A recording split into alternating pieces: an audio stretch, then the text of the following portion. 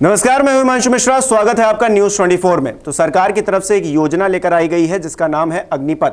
अब इस योजना को लेकर हंगामा हर तरफ हो रहा है, राजनीतिक तौर पर भी हो रहा है और सड़कों पर जिस तरह से हो रहा है, हम तस्वीरें भी आपको लगातार दिखा रहे हैं। तो ऐसे में कई सवाल हैं जो इस बीच उठ रहे हैं। इनका जायज जो जवाब है वो पाना बहुत जरूरी है, क्योंकि देश के अंदर किसी योजना को लेकर इस तरह का माहौल बनना कोई अच्छी बात तो नहीं है। देश में शांति होनी चाहिए और इस तरह से जो कोई नई योजना लाई गई है उसके बारे में जानकारी पूरी होनी चाहिए। जो गलत तथ्य हैं उस पर बहस हो, अच्छा लगता है, लेकिन सड़क पर इस तरह से हंगामा हो रहा है, ये किसी भी देश के लिए और खासकर भारत के लिए तो अच्छी बात नहीं कहेंगे। वरिष्ठ पत्रकार हमारे साथ संजीव त्रिवेदी जी जुड़े हैं। संजीव जी, हम ये जानना चाहते हैं कि आखिरकार ये जो सवाल उठ रहे हैं उनका जायज जवाब क्या है। सवाल पहला यही है कि राजनीतिक तौर पर हंगामा कर रहे हो या अब सड़कों पर जो युवा इस वक्त मौजूद हैं वो कह रहे हैं कि इस योजना के तहत हमारा भविष्य अधर में अटक जाएगा, खराब हो सकता है, इसलिए ये योजना खराब है। इस बात में कितनी सच्चाई है? आपको लगता है कि इस योजना के तहत क्या युवाओं का भविष्य खतरे में है? अभी पिछले दिनों दिल्ली में पत्रकारिता के दौरान जो यदा कदा अचानक कुछ लोग मिल जाया करते हैं, उसमें से एक ग्रुप मिला स्टूडेंट्स का जो यूपीएससी सिविल सेवा की तैयारी कर रहा था और वो पिछले 2 साल कोरोना की वजह से अटेम्प्ट्स खराब हुए लड़कों के। कोई कोरोना एफ्लिक्टेड था, प्रीलिम्स पास कर गया था, मेंस नहीं दे पाया, कोई इसलिए नहीं अपनी परीक्षा दे पाया क्योंकि उस वक्त मूवमेंट बंद थी, तो वो तरीके से मूवमेंट नहीं कर पाया। फिर वो तैयारियों का हिसाब किताब होता है बड़ा स्पेशल, जो दिल्ली आके या इलाहाबाद जा कर के तैयारी करते हैं, वो नहीं कर पाया। तो उन लोगों ने मांग की, सरकार से कहा कि हमें एक अटेम्प्ट और आप दीजिए, हम आपसे ये अनुरोध करते हैं, क्योंकि कोरोना था और कोरोना की वजह से हमें ये मौका मिलना चाहिए। बहुत प्रतिवेदन गए, बहुत स्तरों पर मांग उठाई गई, नहीं दिया गया ये मौका। आप इसे अवसर का छीनना कहेंगे क्या? प्रश्न ये उठता है, क्या उनसे अवसर छीन लिया गया? क्या बेहतर ज़िंदगी, सरकारी नौकरी उन्हें लग सकती थी, क्या वो छीन लिया गया? क्या आईआईटी या इस तरह के इंजीनियरिंग के एग्ज़ाम जो पहले हुआ करते थे, तो उसमें 3 से 4 बार आप अपीयर हो सकते थे। कुछ साल पहले फिर ये नई स्कीम आ गई जिसके तहत अब आप एक बार 12वीं में अपीयरिंग जब कर रहे होते हैं तब आप देते हैं और उसके बाद फिर 1 साल बाद और आप दे सकते हैं, उसके बाद फिर आपको अधिकार नहीं होता है। क्या सरकारी नौकरी का अवसर छीन गया? क्या आईटी के बाद वो सरकार में नौकरी कर सकते थे? देखिए, सवाल यहाँ पे ये है कि एक नई योजना लाई गई है।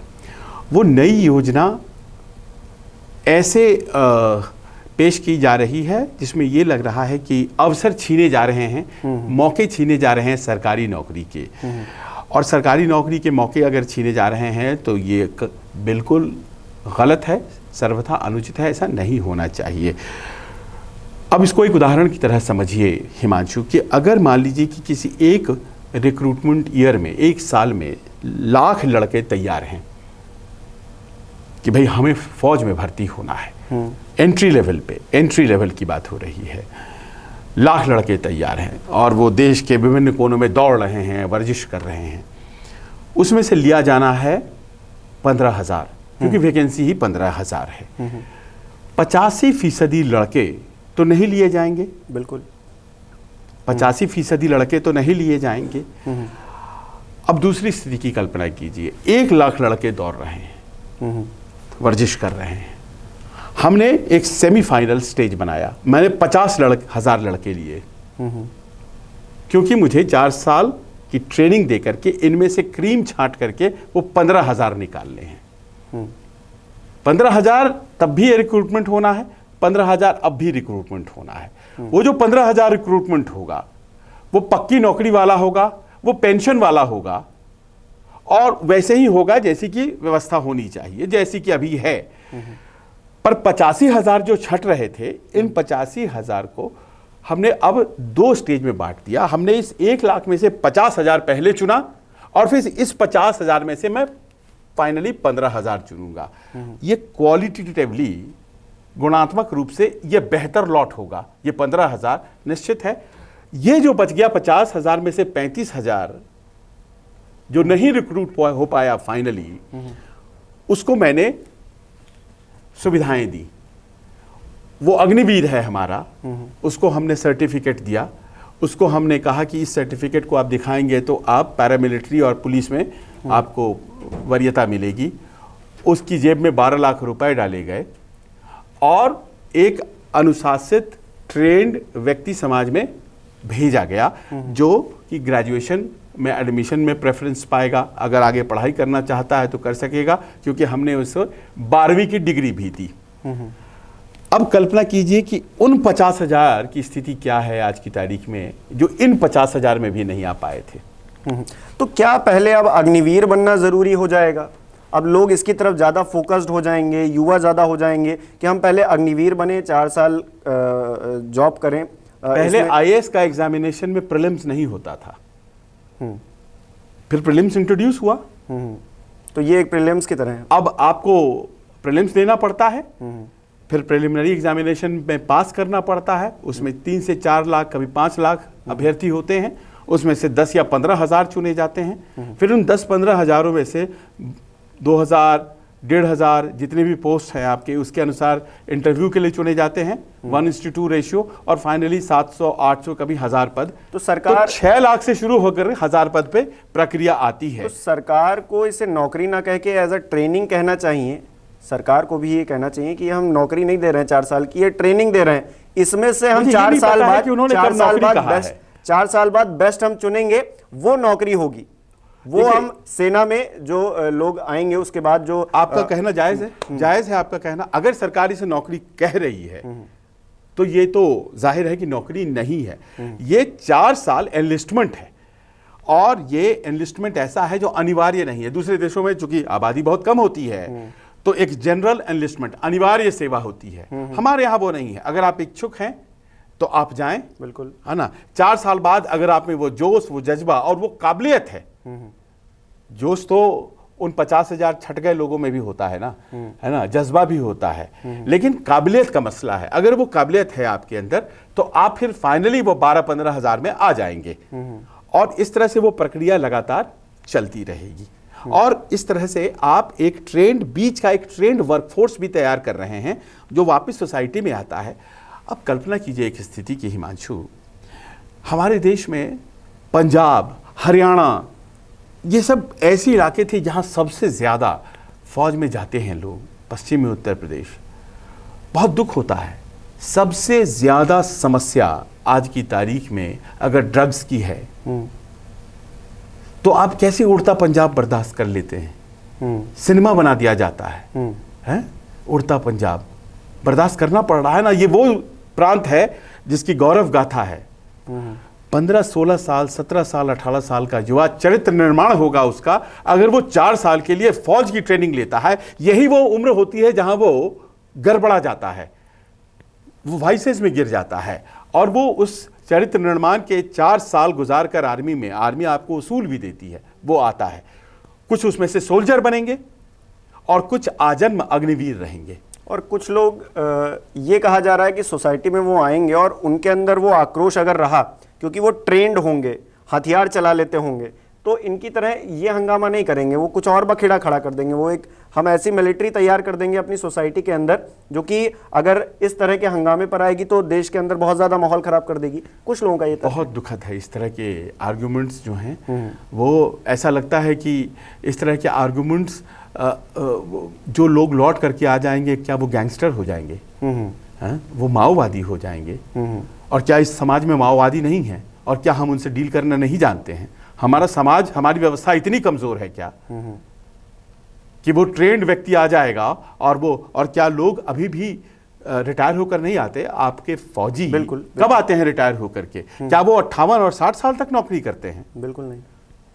उनकी नौकरी तो उतने दिन नहीं जाती है ना। वो तो जब लौटते हैं फौज से तो फिट एंड फाइन होते हैं। पर आपने बहुत कहानियां सुनी होंगी कि फौज से लौटने के बाद भी वो व्यक्ति जो है फौजी की तरह ही रहता है। लेकिन उसके अंदर ये शंकाएं नहीं होती कि हमको नौकरी ढूंढनी है, हमको आगे जाकर, क्योंकि अब ये 4 साल का जो पीरियड है वो खत्म हो गया है, उसके अंदर ये चिंता नहीं होती है कि हमको अब फाइनेंशियली किसी तरीके की दिक्कत होगी। सरकार उसको क्योंकि उसकी वो उम्र भी नहीं होती है। हाँ, उम्र भी नहीं होती, उसकी उम्र भी नहीं होती है। वो 45 साल का व्यक्ति होता है यहाँ 21, 22, 23 साल का युवा होगा वो। और कल्पना कीजिए कि जो अग्निवीर नहीं है वो 21, 22 साल का कहाँ खड़ा है। उत्तर प्रदेश, बिहार, यूपी, राजस्थान, हरियाणा, बता दीजिए कौन युवा 22 साल में सेटल हो गया है? 24 साल में कोई सेटल हो जाता है क्या? बता दीजिए। 4 साल ग्रेटर नोएडा में इंजीनियरिंग की पढ़ाई करते हैं लड़के, कंप्यूटर साइंसेस पढ़ते हैं, इलेक्ट्रिकल इंजीनियर, मैकेनिकल इंजीनियरिंग, वो 4 साल अग्निवीर भी रह रहा है। आप कह रहे हैं कि अग्निवीर को तो आप कैसे छोड़ दे रहे हैं? वो 4 साल लड़का जो भारत के तमाम इंजीनियरिंग कॉलेज में पढ़ के निकलता है, नौकरी देते हैं हम उन्हें? स्वाध्याय करना पड़ता है उन्हें। जब उनके पास जेब में पैसे भी नहीं होते, वो जेब से पैसे लगा के पढ़ते हैं और फिर नौकरी नहीं मिलती। अच्छा, जो लोग, अब इसी सवाल पे सवाल ये है कि जो लोग इंजीनियरिंग कर रहे हैं, लाखों रुपए लगा रहे हैं, उनके पास वो एक सपना देखते हैं, नौकरी का सपना देखते हैं। दूसरा एक युद्धवीर जो कि निकल के, अग्निवीर माफ़ कीजिएगा, अग्निवीर निकल कर सामने आता है, वो भी एक दावेदार है कि हमको भी एक नौकरी चाहिए 4 साल के बाद। 25% चले जाएंगे वो अच्छी बात है, लेकिन 75% एक बड़ी संख्या वो कहेगी कि हमको अब नौकरी चाहिए। तो जो एक दावेदार है वो पढ़ाई लिखाई कर रहा है, पैसे लगा रहा है, वो उस चीज़ में आना चाहता है, और दूसरा ये जो अग्निवीर है ये आता है। तो दोनों में क्या कोई बैठ पा रहा है कुछ? अव्वल तो देखिए ऐसा है कि जो अग्निवीर वापस आएगा, मानशु वो 12वीं पास होगा, उसको 12वीं की डिग्री दी जाएगी, यानी कि वो लौटने के बाद उसे फिर से पढ़ाई करनी पड़ेगी। अगर वो पढ़ना चाहता है तो उसे फिर ग्रेजुएशन करना पड़ेगा। उसकी उम्र इतनी होगी, आराम से वो ग्रेजुएशन कर पाएगा, वो ग्रेजुएशन तो उसको फिर यही चीज है तो उसके पास उम्र है ना। नहीं, उम्र तो है, लेकिन वो फिर से वही इंजीनियरिंग करेगा, और फिर उसके पास क्या उतने ही मौके होंगे, उतने ही मौके, उससे ज्यादा क्या मौके होंगे जितना कि एक आम जो व्यक्ति फाइनल सोल्जर नहीं बन पाया, तो वो क्या अपने लिए मौके नहीं तलाशेगा? उस 50,000 के पास अवसर था ना सोल्जर बनने का, इंडियन आर्मी में प्रॉपर कमीशन लेने का अवसर था, वो वहां सफल नहीं हो पाया।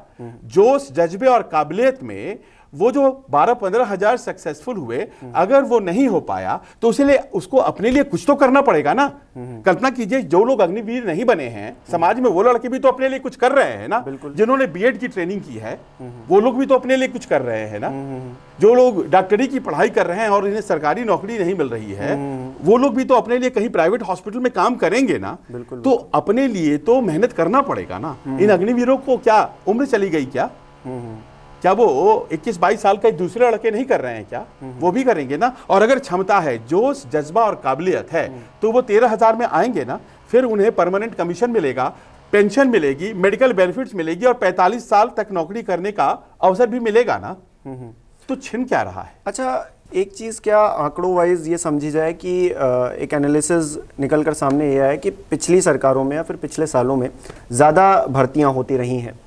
अब क्योंकि एक 40-45 हज़ार कहा जा रहा है, इसमें भी हम 25% को ही परमानेंट रखेंगे, तो क्या नौकरी के लिहाज से सेना में अब पद कम किए जा रहे हैं, या फिर पद कम हो गए हैं, या फिर उन्हें भरने की इच्छा नहीं है सरकार की? ये कोई फाइनेंशियली सवाल है, कोई फाइनेंशियली प्रॉब्लम है, और ये लड़ाई है।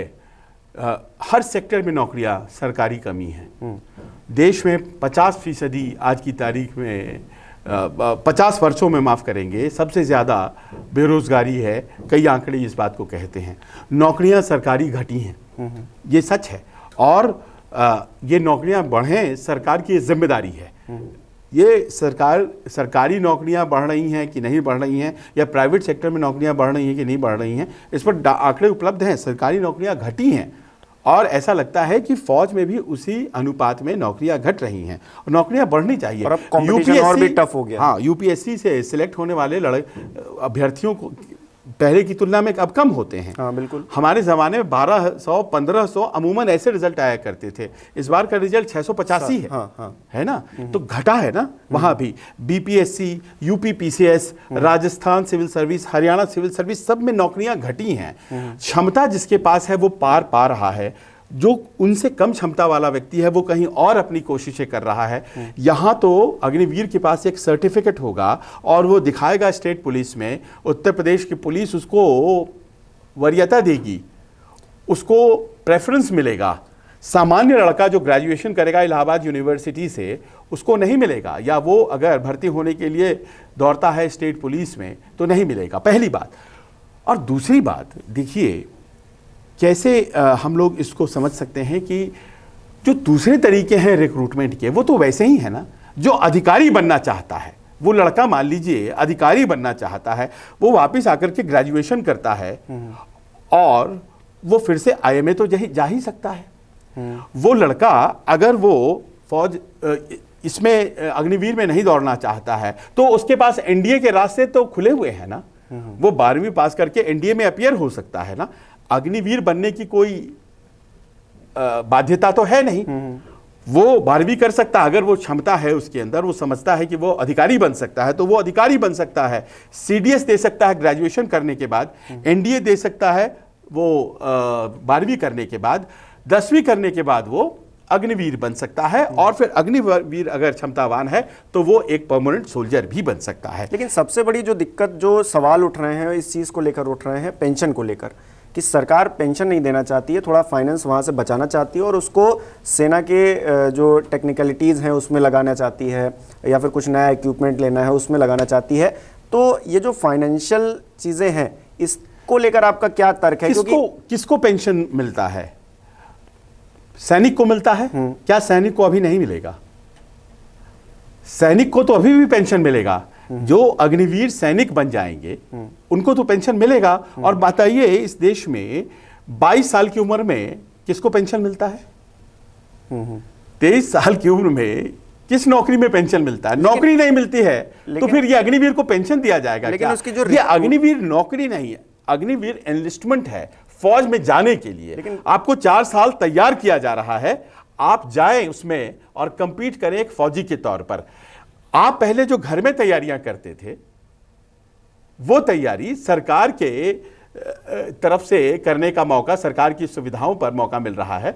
और अगर जोश जज्बा एंटर होने के लिए, एंटर होने के लिए कोई ऐसा नहीं है कि क्राइटेरिया घटा दिया गया है। क्राइटेरिया वहीं रखा गया है, जैसे आप फौजी पहले बनते थे वैसे ही आप अगर अग्निवीर बनेंगे तो उसी क्राइटेरिया को पार करके बनेंगे। ऐसा नहीं है कि कोई उसमें छूट दी गई है अभी तक तो जो जानकारी और उसी क्राइटेरिया को और ज्यादा बेहतर तराशना पड़ेगा 4 साल और फौजी बनना पड़ेगा। वो हक किसी अग्निवीर से थोड़ी छीना जा सकता है। अग्निवीर के पास ज्यादा अधिकार है सैनिक बनने का। आप अग्निवीर हैं तभी आप सैनिक बन सकते हैं। आप अग्निवीर नहीं हैं अब तो सैनिक नहीं बनेंगे, ये कहने की कोशिश है।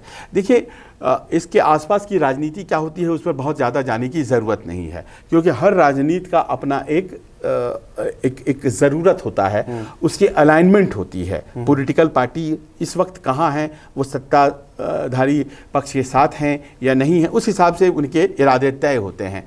हमें उन लड़कों के बारे में सोचना है जो आज की तारीख में दौड़ रहे हैं, जज्बा है उनके अंदर देश सेवा का।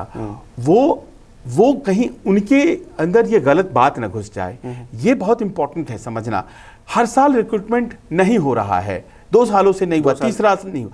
ये गारंटी करता है कि हर साल रिक्रूटमेंट होगा और चौथे साल से हर साल 12,000, 12,500 या उससे ज्यादा सैनिक लिए जाएंगे, अनिवार्य रूप से लिए जाएंगे। पहली बात। दूसरी बात, देखिए, अब आप पेंशन की बात कर रहे थे। पेंशन लोग कह रहे हैं कि एक वजह हो सकती है, और अगर वजह हो भी सकती है तो वही बहुत गलत बात नहीं है, प्राइमरी वजह, लेकिन वो नहीं होनी चाहिए। आज की डेट में टोटल एलोकेशन का 26% पेंशन में जा रहा है। ये अलग विषय है, इस पर बात हो सकती है। और पेंशन 1 रैंक 1 पेंशन के बाद और भी ज्यादा हो गया, अब 26% पर पहुंच गया है। मतलब अगर आप 1 रुपए एलोकेट कर रहे हैं तो 26 पैसे तो पेंशन में जा रहे हैं आपके। ये गलत भी नहीं है, पर इसको कैसे आप तय करें इसके बारे में सरकार को सोचना चाहिए। ये अलग सेना में पेंशन को लेकर बात चलिए, पर सवाल ये है कि सेना का पेंशन जो है 5 साल के लिए जो एक बार नेता चुन लिया गया उसके लिए पेंशन अनिवार्य है इस देश के अंदर। उसको किसी राज्य में, मुझे याद नहीं पड़ रहा है, उसको हटाने का भी उपक्रम किसी राज्य में किया गया है नए मुख्यमंत्री के द्वारा। लेकिन इस पे कोई सहमत नहीं, लेकिन इस पे कोई सहमत होना पड़ेगा। हटाइए, देखिए सुविधाएं एमपी से ली गई ना पार्लियामेंट में, वो कैंटीन की सुविधा वगैरह ली गई, ये सुविधाएं भी हटनी चाहिए। अगर मान लीजिए कि जनसेवा के लिए आप आए हैं, एक वो बने कि पेंशन क्यों नहीं मिलना चाहिए पेंशन। हम और आप अब एक निजी क्षेत्र में काम करते हैं, हमें तो पेंशन नहीं मिलेगा, नहीं मिलता है। हम जीवित हैं, हम अपनी मेहनत से इतनी दूर आए हैं, तो क्या नेता नहीं करेंगे? ये जन सेवा का अर्थ ये थोड़ी है कि आपको फिर पेंशन दिया जाए, या फिर पेंशन की पात्रता बनाइए। कोई व्यक्ति अगर अपने इलेक्शन एफिडेविट में लिखता है कि वो 12 करोड़ का स्वामी है, तो उसको क्या जरूरत है? तो उसको पेंशन क्यों देंगे? लेकिन कोई व्यक्ति अगर जन सेवा जीवन भर किया है और उसकी आमदनी मात्र कुछ 1,000 रुपए उसके बैंक में है, तो उसे पेंशन क्यों ना मिले? लेकिन अब ये शास्त्री जी वाले ज़माने नहीं है कि शास्त्री जी ने जो किस तरह से उनके जीवन उन्होंने गुजारा, या फिर तमाम ऐसे इस देश ने जो है ऐसे कई नेता दिए। पर छोड़िए, नेताओं को छोड़िए, नेताओं में जाइएगा तो फिर वो तो अलग बहस हो जाएगा। बात बड़ा इफेक्ट हो रहा है। नहीं, बात यही है कि राजनीति का इतना इफेक्ट होता है कि देश के अंदर ये सारे माहौल जो क्रिएट हो गया है, और ये पैनिक चीजें हैं। ये बहुत दुखद है। समाज के लिए ये लड़के सब क्षमतावान लड़के हैं। ये लड़के तैयारी कर रहे हैं। 50,000 लड़के आएंगे एक बार में। ये बहुत बड़ी फिगर है। मुझे इस बात की खुशी है, जो 10,000 12,000 सिलेक्शन होता, 15,000 बहुत खुश हो जाते, तो 20,000 सिलेक्शन, इससे ज़्यादा इंडियन आर्मी और पूरे डिफेंस फोर्सेस की नहीं है कैपेसिटी कि वो इतने लड़कों ले सकें। 50,000 लड़के लिए जाएंगे और उन 50,000 में अब कंपटीशन सीमित हो गया। इन 50,000 में से फाइनली 12-15,000 ले लिए जाएंगे। लेकिन पहले तो ज़्यादा होते थे भर्तियां। पर वॉरफेयर का तरीका बदल रहा है। आज की डेट में संगीनों से युद्ध नहीं होगा। अब वो लड़ाई के तरीके बदल गए। ये जो टेक्नो वॉरफेयर है, इसमें आपको फौज कम और टेक्नोलॉजी ज्यादा चाहिए, तो उसके साथ हम तो कॉम्प्रोमाइज नहीं कर सकते, और वो हम लोगों को समझ में भी बात नहीं आती है। तो जो भी जरूरत है वो तो सरकार को तय करनी है। अच्छा, रिक्रूटमेंट कितनी होगी, कितने लोगों को हम लेंगे, ये तो सेना तय करेगी, या फिर जो गवर्नमेंट तय करेगी। उसमें तो क्या जाए, लेकिन जितनी रिक्रूटमेंट है उतनी तो मिलनी चाहिए ना। अब मान लीजिए कि उसकी तैयारी में उससे ज्यादा लोग लिए जा रहे हैं, तो क्या दिक्कत है इसमें? जो लड़के अग्निवीर नहीं हो पाए, उनकी स्थिति देख लीजिए आप क्या रहेगी। वो 17 से 21 साल का लड़का या 18 से 22 साल का लड़का अगर वो अग्निवीर बन करके लौटा, और उसकी का साथी या उसका भाई अग्निवीर जो नहीं बन पाया, उसकी क्या स्थिति रहेगी? उसके जेब में 1 रुपए नहीं रहेंगे। वो अभी भी तैयारी कर रहा होगा, उसे कोई नौकरी या कोई अच्छे जगह पे दाखिला मिला होगा या नहीं मिला होगा, पर ये जो लौटेगा ये अग्निवीर होगा, इसके पास फैसिलिटी होगी। आने वाले वक्त में अग्निवीर क्या एक कोटा होगा? क्या एक बना दिया गया? वो तो बन गया, और प्रेफरेंस देंगे, मतलब कि कोटा ही है एक तरह से हो गया। और अभी भी तो कोटा है ही ना। अभी भी जो भूतपूर्व सैनिक होता है उसके पास तो प्रिविलेजेस होती है ना। वो सैनिक 15 साल बाद काम करने के बाद जो कोटा प्राप्त करता था, वो सिर्फ 4 साल में प्राप्त कर रहा है। इस बात को नजर, लेकिन सरकार ने तो कहा है कि हम इस पे बात करेंगे, जैसे कि एजुकेशन जो मिनिस्ट्री है उससे बात करेंगे कि तमाम जो जगह हैं वहां पर मिल पाए। जो प्राइवेट सेक्टर हैं, PSUs हैं, तमाम तरह से चीजें, उनमें भी बात करेंगे कि इन लोगों को प्रेफरेंस दिया जाए। हालांकि बात हुई नहीं है, करेंगे, इस बात का जिक्र है। हाँ, पर मुझे लगता है कि कहीं ना कहीं कुछ कमियां रह गई। जैसे कि जो ओरिजिनल ड्राफ्ट था उसमें ये होना चाहिए कि पैरामिलिट्री में इनको प्रेफरेंस मिलेगा, इनको स्टेट पुलिस में मिलेगा। इसको लिखने में तो कोई हर्ज था नहीं। एक चीज ये लिखा जाना चाहिए। हालांकि ये भी है कि हम पहली बार इस तरह की चीज कर रहे हैं, तो अभी कुछ इसमें amendment, we can give the benefit of doubt, और कुछ चेंजेस करने का अधिकार भी सरकार के पास होना चाहिए। पर स्कीम ये बुरी है, ये कहते हुए खारिज नहीं किया जाता। खारिज कर देना ये अनुचित होगा। ये उन लड़कों के साथ अनुचित होगा।